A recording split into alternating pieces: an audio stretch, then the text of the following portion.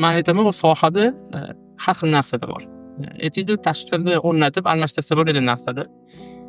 Bu narsalarga gap yo'q, men mijozga o'sha o'zini xohishiga qo'yib beraman.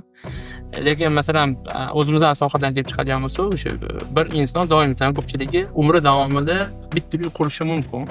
O'rta statistikada shunaqa, o'rtacha, albatta. Hammaga nasib qilmaydi, ikkita, ba'zi odamlar umuman qurishga ham qobiliyati, yana qurib ham yetmasligi mumkin.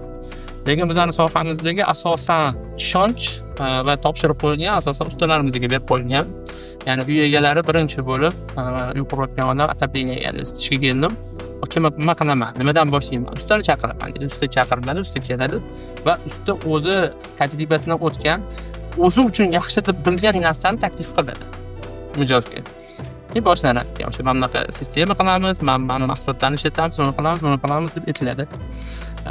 Mana shu holatda biz rolga kirishamiz, ya'ni o'yinga qo'shilamiz. Men o'zim sotuvchi bo'lganligim uchun shu holatda bo'ladi. Hali aytgan narsangiz, men jim qarab keta olmayman. Kecha ustalar bilan gaplashganimda aytdim.